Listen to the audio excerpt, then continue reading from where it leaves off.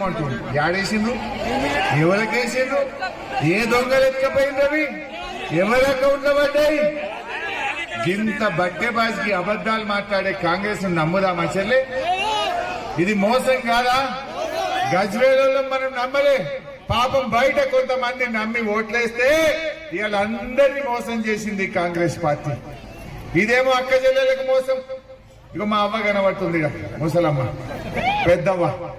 పెద్దవ్వ కేసీఆర్ ఉండగా 200, 2000 చేస్తా అంటే చేయలేదవ్వా? చేసిండా లేదా?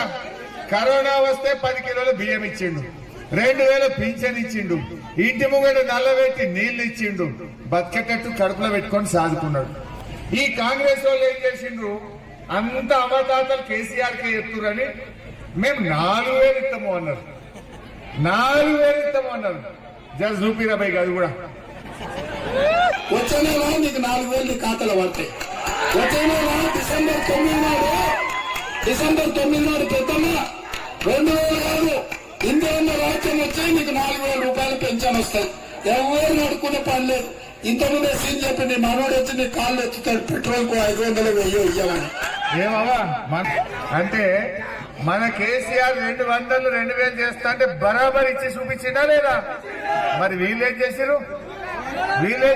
వచ్చేదేరా డిసెంబర్ పోయి జనవరి వచ్చే, జనవరి పోయి ఫిబ్రవరి వచ్చే, ఫిబ్రవరి పోయి మార్చి వచ్చే, మార్చి పోయి ఏప్రిల్ వచ్చే, ఏప్రిల్ పోయి మే వచ్చే. 5 నెలలైనా వాడు వచ్చే నెల ఇంకా రాదా? ఎన్ని అబద్దాలు మాట్లాడారు. ఇంకా బాధ కలిగేది ఏంటంటే ఆ 4000 దేవుడెరుగు నడిమిట్ల జనవరి నెలది 1 నెల పింఛన్ కూడా ఎగ్గొట్టింది పుణ్యాత్ముడు. ఇచ్చే 2000 కూడా ఎగ్గొట్టింది పుణ్యాత్ముడు. అవునా కాదా? వెనకటికో సామెత ఉండే, అన్న వస్త్రానికి పోతే ఉన్న వస్త్రం పోయిందట. ఈ పుణ్యాత్ముడు 4000 ఇస్తాడని ఆశపెడితే నడిమిట్ల 2000 ఎగ్గొట్టిండు. అయినా కాంగ్రెస్ కోటేద్దామా?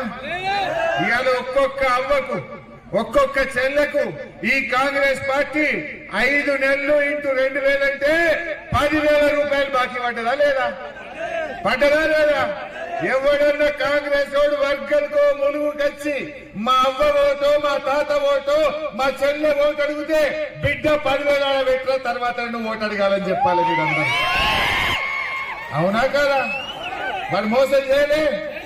మరి అదే విధంగా ఇవాళ అక్క చెల్లెలు కూడా 2500 పడ్డోళ్ళేమో కాంగ్రెస్ కి అయింది చెల్లె, పడనోళ్ళంతా కారుకు వెంకటరామరెడ్డికి అయింది. నేను ఊరుకుంటానా? రేపు మీరు కాంగ్రెస్ వాళ్ళకి సురుకు పెట్టుండ్రి, రేపు